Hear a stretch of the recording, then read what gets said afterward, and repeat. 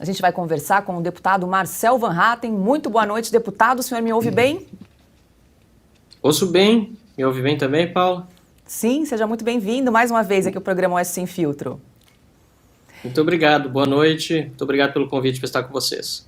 Bom, acho que o senhor estava acompanhando aqui um pouco da nossa discussão a respeito dessa decisão do ministro Ricardo Lewandowski de suspender trechos da lei das estatais, que abriu aí caminho para a indicação de políticos, e também a resposta do ministro André Mendonça de remeter o processo de volta ao plenário para votação. Queria sua avaliação a respeito dessa situação que se desenrolou na tarde de hoje.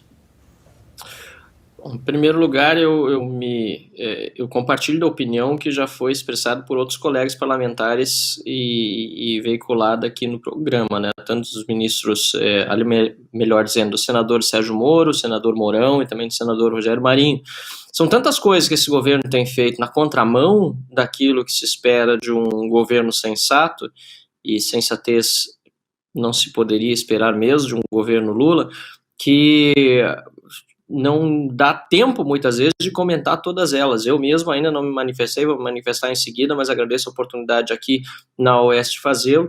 Manifestarei em seguida também nas redes sociais a minha opinião sobre mais esse desatino do governo Lula que diz respeito ao fim da lei das estatais. Por que eu digo do governo Lula? Porque o governo Lula já vinha fazendo essas indicações de pessoas que não poderiam ocupar assentos nas estatais, como se não houvesse a lei. E hoje se percebe, por meio de um dos braços do governo Lula e do PT no Supremo Tribunal Federal, que é o ministro Ricardo Lewandowski, que essa decisão anterior de fazer essas indicações políticas estava apenas aguardando a caneta de um ministro para que monocraticamente houvesse uma decisão favorável a essas nomeações. Isso é muito grave. Nós não vivemos um período de normalidade democrática, não vivemos mais um período de independência de fato entre os poderes, e eu, como parlamentar, como deputado federal, posso lamentar, mas também preciso agir contra isso. E nós estamos, portanto, como oposição no Congresso Nacional, buscando todas as formas possíveis para barrar esse tipo de iniciativa. O problema é que também há muitos deputados interessados que não estão ligados diretamente ao governo do PT, mas que são, por exemplo, de partidos do Centrão e que querem nomear em estatais, nos estados, figuras como as que Lula tem indicado também para as estatais federais. Então, nós teremos dificuldades de qualquer tipo de reversão pela via legal nesse tema, mas vamos continuar trabalhando para isso. Quem pergunta agora é Ana Paula Henkel. Boa noite, deputado. Muito obrigada por mais uma entrevista aqui com a gente. Deputado, eu quero sair um pouquinho desse âmbito da Lava Jato, até porque eu acredito que os meus parceiros vão continuar nesse assunto, mas trazer um assunto que eu escrevi na revista Oeste nas últimas 3 semanas, fiz uma trilogia, digamos assim, sobre a história do socialismo, a história do comunismo, porque parece que a história foi apagada, né? Existe um certo fascínio, até muito perigoso, dessa nova geração com esse novo socialismo / comunismo disfarçado de bondade, de tolerância. E o senhor, em plenário, quer homenagear as vítimas do comunismo e do socialismo. E a minha pergunta para o senhor é se o senhor já conseguiu as adesões necessárias para fazer essa homenagem, e gostaria que o senhor falasse um pouco sobre esse assunto. Também em primeira mão, Oeste Sem Filtro. Obrigado, Ana Paula, e parabéns pela trilha que você publicou a respeito do tema. Também em primeira mão a quem está assistindo aqui ao Oeste Sem Filtro. Protocolamos nessa semana o pedido de sessão solene, já com mais do que as assinaturas suficientes, se não me engano são 52 as assinaturas necessárias. Nós passamos com folga esse número de deputados signatários para a realização da sessão solene em homenagem às vítimas do comunismo e do socialismo, cuja data que sugerimos foi o dia 29 de novembro, que é o dia mais próximo, o dia 26 de novembro, em que são relembradas as mortes do Holodomor, que foi o genocídio na Ucrânia, né, e que resultou na morte também de milhões de ucranianos em virtude de uma política deliberada da então União Soviética de oprimir aquela população à base da privação alimentar, ou seja, da fome. Nós teremos essa sessão solene e é muito importante, principalmente para a nova geração que vem, para quem não conhece ainda o que de fato é o comunismo e o socialismo, né? O comunismo, eu costumo dizer, vem do mesmo saco, é farinha do mesmo saco do nazismo e do fascismo.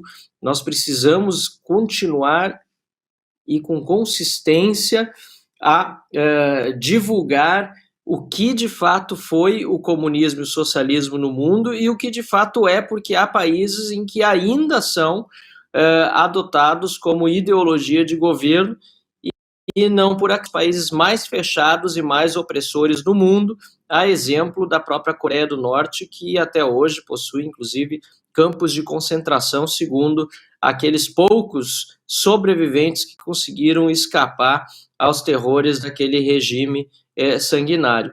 É muito bom que nós tenhamos conseguido já essas assinaturas, e essa sessão solene terá, sem dúvida nenhuma, uma grande adesão lá no dia 29 de novembro, e até lá vamos fazer grandes campanhas para chamar a atenção desse mórbido e triste fato revelado pela própria história de que o comunismo e o socialismo mataram no mínimo 100 milhões de pessoas no mundo todo.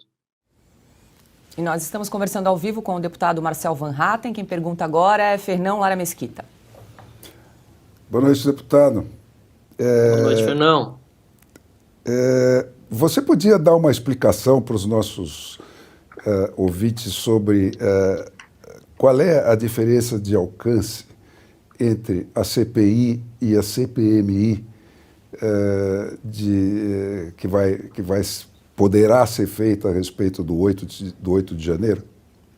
Excelente pergunta, Fernão. Sim, claro, e essa diferenciação é importante, porque ambas se complementam.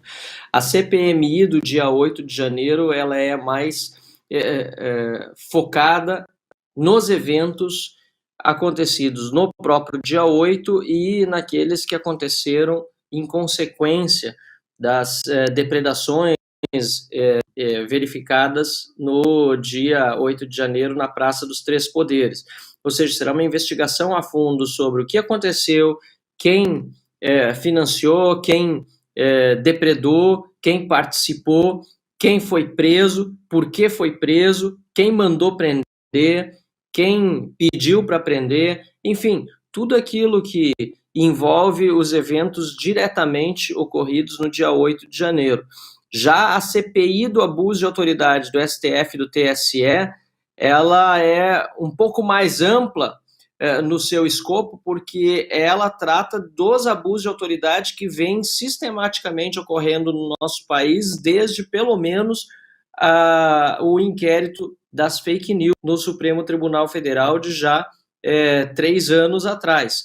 Então, nós temos, aliás, mais do que isso, então nós temos já vai fazer 4 nós temos uma investigação mais ampla que precisa ser feita sobre os abusos de autoridade, tanto do Supremo Tribunal Federal, por meio de investigações levadas a cabo contra quem não tem foro privilegiado, determinação de bloqueios de contas bancárias e mesmo de prisões sem respaldo legal ou constitucional, como ações derivadas da resolução do Tribunal Superior Eleitoral, também ilegal, inconstitucional e extemporânea, que reinstituiu no país a censura e a perseguição política. Também uma série de ações decorrentes daquela resolução do TSE por parte de membros da Corte Eleitoral podem ser, de acordo com o que nós apresentamos no requerimento de instalação da CPI, podem ser caracterizados como abusos de autoridade. Então, elas são diferentes entre si, são complementares e ambas são extremamente importantes. Além do fato de a CPMI do dia 8 de janeiro ser uma comissão parlamentar mista de inquérito do Congresso Nacional, que reunirá senadores e deputados e, portanto, depende de Rodrigo Pacheco para ser instalado, ao passo que a CPI do abuso de autoridade do TSE e do STF são no âmbito da Câmara dos Deputados somente, dependem, né, em teoria, digamos, da instalação ser feita pelo presidente Arthur Lira, mas obviamente que preenchidos os requisitos para a sua instalação, ela precisa ser obrigatoriamente instalada.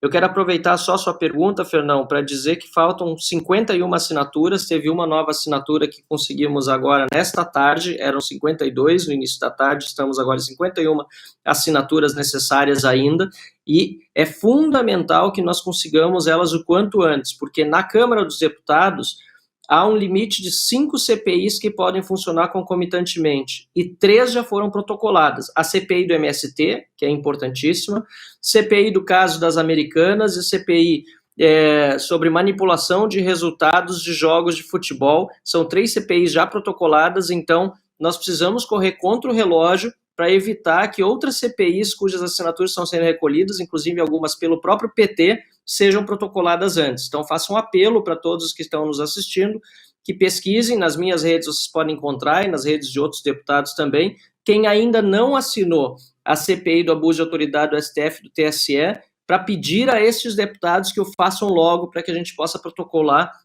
se possível, ainda nesse fim de semana, a CPI.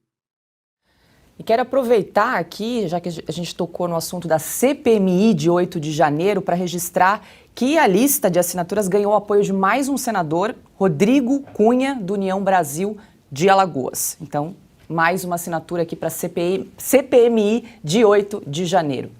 Quem pergunta agora, Silvio Navarro. Deputado, boa noite, sempre um prazer conversar com o senhor.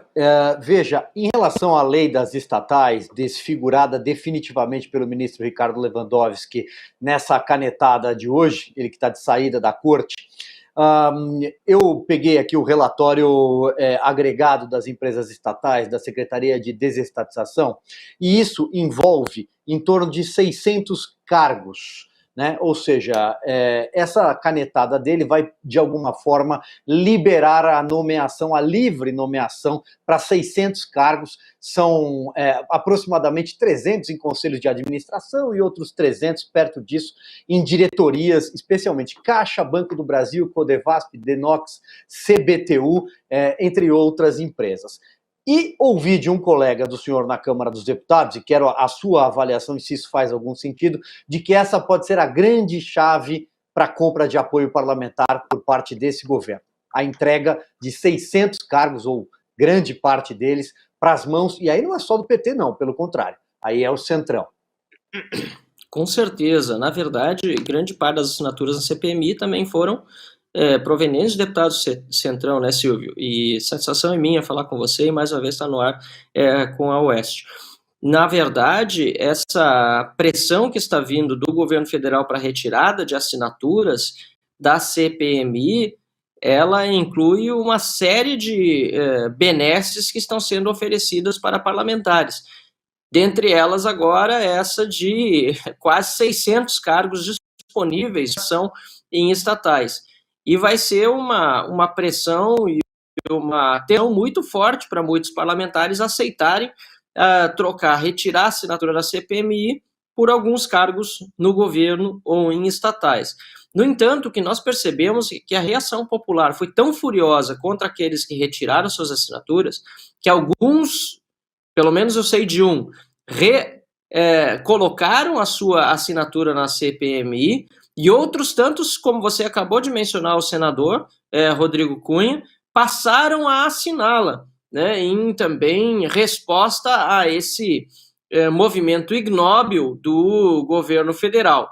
Eu, pelo que tenho percebido, estamos caminhando nesse momento para um governo que, se permanecer com esse tipo de atitude, com esse revanchismo e vingança e autoritarismo nas suas manifestações, nós não teremos sequer 4 anos de Lula e de PT no governo.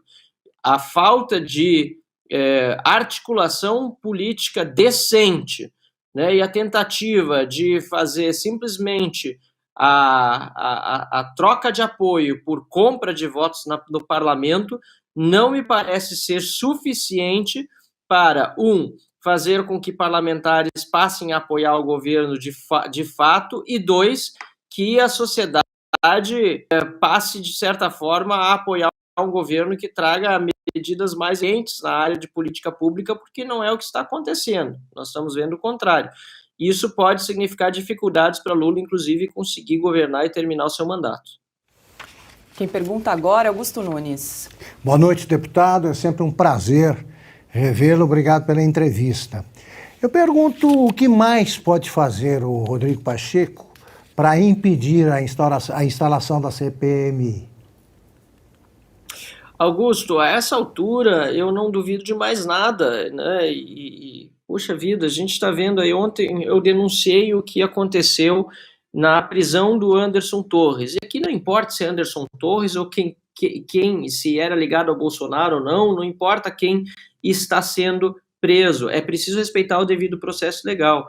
Alexandre de Moraes recebeu o pedido de prisão redigido, né, pelo delegado Andrei Passos, que é o chefe da Polícia Federal hoje no país, às 23 horas e 22 minutos do dia 8 de janeiro, e no mesmo dia 8 de janeiro, Alexandre de Moraes determina a prisão de Anderson Torres e também do comandante da Polícia Militar do Distrito Federal, no mesmo dia 8 de janeiro, ou seja, ele faz em menos de 38 minutos, ele redige uma decisão de 9 laudas. Isso é humanamente impossível. Pode perguntar para qualquer escrivão da Justiça ou da Polícia Federal se é possível fazer isso. Não é. Ou seja, de alguma forma aquilo já estava previamente combinado, no mínimo, entre ambos, antes da assinatura digital do chefe federal. E pior, esse chefe da Polícia Federal, ele é indicado do Flávio Dino. E na enumeração dos motivos que ele dá para a prisão do Anderson Torres, que inclusive estava nos Estados Unidos, fala sobre eventual omissão, sobre falta de preparação, mas não menciona nada sobre a omissão do governo federal e do próprio Flávio Dino, ministro da Justiça, que havia sido avisado por mais de 40 órgãos do governo federal de que algo viria a acontecer no dia 8 de janeiro. E por que ele não? Claro, porque o Flávio Dino é seu chefe, foi ele que o indicou para ser diretor da Polícia Federal. Isso é pura perseguição política. Então, você me pergunta do Rodrigo Pacheco, eu já não me surpreendo com mais nada. Eu espero que o mínimo de institucionalidade seja preservada, que a CPMI seja de fato instalada, porque é um direito líquido e certo dos parlamentares, e está tudo lá. O fato determinado, o número de assinaturas e o prazo para funcionamento da CPMI, é só isso que a Constituição estabelece, e mais, diz o regimento comum do Congresso Nacional que a sua instalação é automática. Ele poderia, o Rodrigo Pacheco, chamar para amanhã uma sessão no Congresso Nacional, se quisesse, para instalar a CPMI. Aliás, deveria, porque se é automática, demanda apenas a assinatura dele e a leitura numa sessão do Congresso Nacional. Mas ele não está fazendo isso. Eu espero que não coloque mais óbices e que o governo não quer retirar mais assinaturas como está tentando.